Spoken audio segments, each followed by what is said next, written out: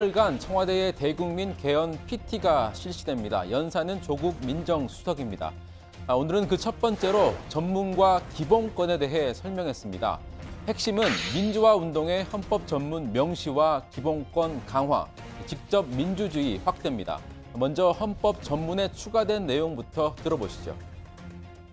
4.19 혁명, 부마 항쟁과 5.18 민주화 운동, 60 항쟁의 민주 이념을 계승한다는 점을 분명히 하였습니다. 자, 들으신 것처럼 대통령 개헌안엔 부마 항쟁, 5.18 민주화 운동, 60 항쟁 등이 전문에 추가로 들어갔는데 촛불 시민혁명은 현재 역사적 평가가 진행 중이라는 점에서 포함시키지 않았습니다. 다음으로 기본권 강화 부분입니다. 기본권에 대해서는 그 주체를 국민에서 사람으로 확대하였습니다. 자, 기본권과 관련해선 공무원의 노동 3권 보장과 동일노동, 동일임금 원칙이 담긴 것도 특징적입니다. 마지막으로 직접 민주주의 확대입니다. 국민이 국회의원을 소환할 수 있도록 하는 규정과 국민이 직접 법률안을 발의할 수 있도록 규정하는 것은 이번 개정안이 처음입니다.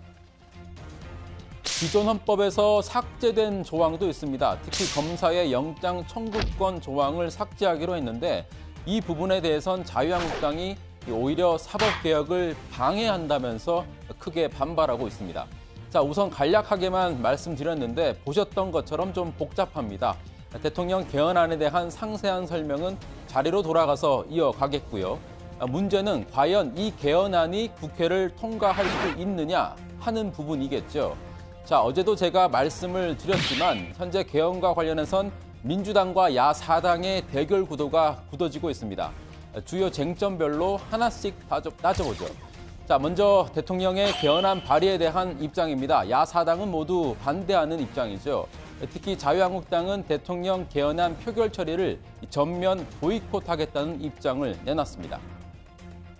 예초부터 개헌 투표 만약 하자고 하면 본회의장 우리는 들어가지 않습니다. 들어가는 사람은 제명 처리합니다.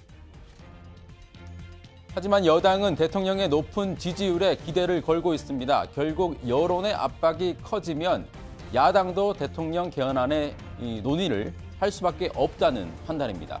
특히 여당은 자유한국당 김성태 원내대표도 과거에는 대통령의 개헌 발의가 필요하다고 주장하지 않았느냐 이렇게 따져 묻고 있습니다. 그런데 실제로 그런 주장을 했을까요?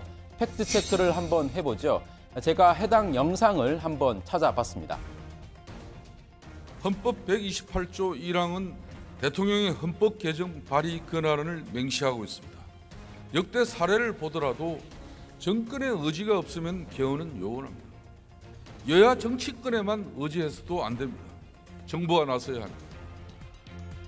네, 대통령의 발의 권한을 활용해서 정부가 직접 개헌에 나서야 한다는 취지의 언급이 있었던 건 분명한 팩트입니다.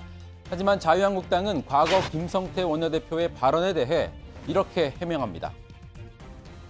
이제 김성태 원내대표의 그 당시 대정부 질문의 발언의 취지는 개헌을 해야 된다라는 그런 취지의 방점이 있었던 거예요.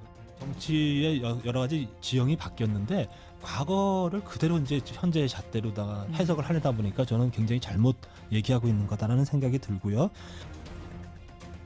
다음은 국회의 총리 추천제입니다. 자유한국당이 분권형 대통령제의 한 방안으로 검토하고 있죠. 다른 야당들도 선거구제 개편과 패키지로 처리가 된다면 국회의 총리 추천제는 받아들일 수 있다는 입장입니다. 하지만 여당은 절대 불가 방침입니다. 총리의 국회 추천권에 대해서만 짧게 한 말씀 드리겠습니다. 예를 들면 문재인 대통령의 홍준표 총리 다 될 수도 있는 상황이 되는 거죠. 상상이 되십니까? 국정이 운영이 되겠습니까? 돌아가겠습니까? 네, 문재인 대통령의 홍준표 총리. 솔직히 상상은 잘 안 됩니다. 그래도 굳이 상상을 해본다면 국무회의 때마다 이런 상황이 생길지도 모르겠습니다. 같은 흑수저 처지에 왜 제가 주적입니까? 금수저들 뭐 이렇게 주적으로 생각하지 않고? 친북 좌파이기 때문에. 뭐 자유한국당은 적폐니까 청산하겠다. 이런 생각을 갖고 있으니까 주적이죠.